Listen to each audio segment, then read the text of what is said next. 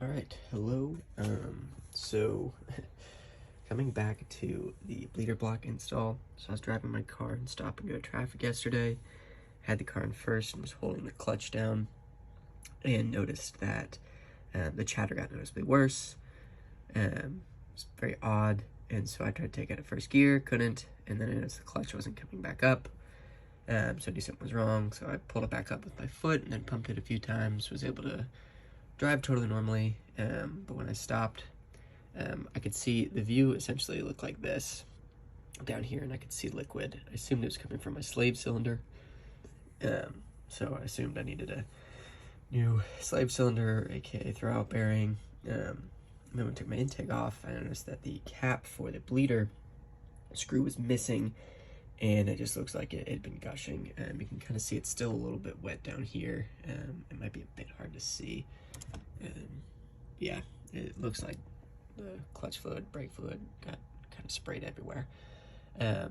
So I thought I'd tightened the bleeder screw down enough, but apparently not. So I'm going to be going through and bleeding the clutch again, and then ensuring that I get the bleeder screw nice and tightened. So the first thing that we'll want to do here is top this off a bit. It's just a tad bit low, really nothing concerning. I would expect it to be a bit lower based on the amount of fluid that appears to have sprayed out, but that's actually, I guess, a good sign that it's not crazy low. So I've topped it off. This is the brake fluid I'm using for the hydraulics. It's the OE. So yeah, since I'm using a power bleeder, and this is the Motive power bleeder, you want to add some brake fluid to the power bleeder itself. Doesn't really need that much, and it can always be put back into like brake fluid, but you want to fill it up some. I think the recommendation is a quart, maybe 2 quarts, but I found I didn't need that much the last time I did this. All right, so the next thing I'm going to do is get the power bleeder hooked up, still leaving the actual bleeder screw closed. This is just going to be a quick pressure test to make sure there's no leaks. So you want this to be nice and firmly attached, no pressure yet. And then one thing, the last time I tested this, I thought I had a leak, but in reality, these weren't tightened enough. So just 2 wrenches, get them as tight as they can go. Make sure you're not leaking anything there. I would recommend putting down some towels anywhere there's a chance for anything to leak. That way you don't get brake fluid everywhere. All right, I've pumped it up to right about 10 psi. Sorry for the glare there. I'll let it sit for a few minutes, make sure it holds, but that essentially is what you'll do to test the pressure for any leaks in the system. So, you know, you can still see it's a little bit wet down there, and I'll probably need to clean that up a bit, but I'll come back in a few minutes, make sure that it's still holding right at about 10 psi. That'll kind of confirm if there's any leaks or not. All right, it has been 7 or 8 minutes, still holding right at 10. So no leaks, which is great. Some folks will recommend doing 10 minutes on the leak test, but it really doesn't matter that much. So the next thing to do is going to be attach a, I don't know if catch can's the right word, but a catch for the actual bleeder screw, and then open it up and get things moving. All right, so this is my makeshift little catch here. It's clear piping helps so you can kind of see if bubbles are coming up, but you'll just want to open it. I think everybody recommends about a 1/4 turn.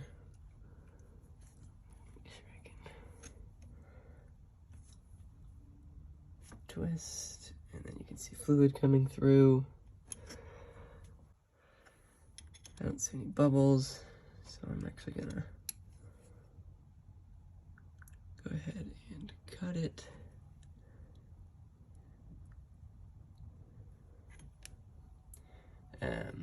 Actually, just because of the recent issue with this, I'm gonna really give it some mustard here to turn.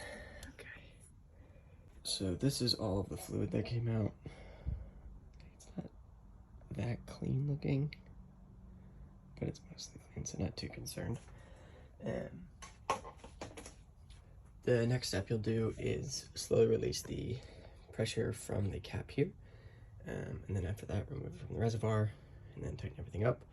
I'm gonna replace the cover for the bleeder screw with the OEM one. I have no idea where the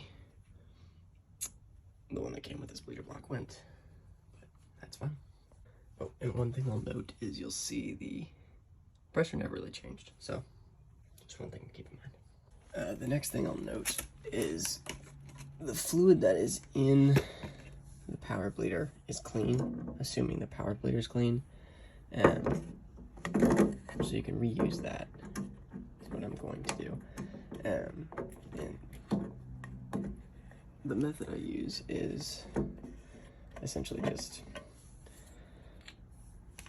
putting this over. I don't actually want to seal anything, I just want to pump it out. So closing the power bleeder, holding this over, and then just pumping it until most of the fluid's out. Once you get it going, you get this kind of cycling effect where this is mostly air that I do now, but just keep pumping and all the fluid will leave.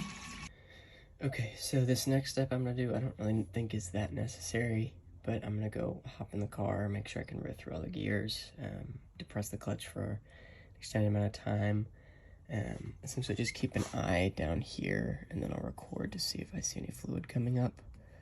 But basically just want to ensure that you know, this isn't leaking again, so keeping an eye right down here.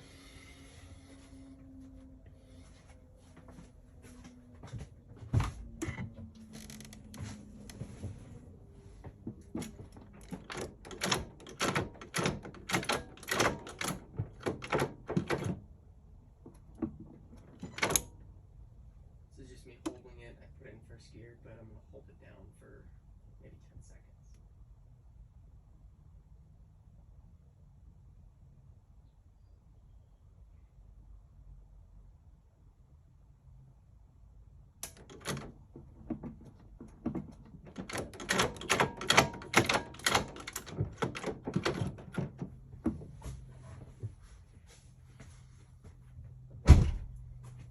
Everything felt good.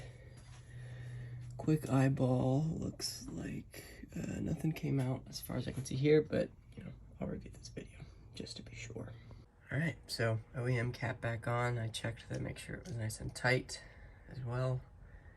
So last thing to do is throw the intake back on and take it for a test drive.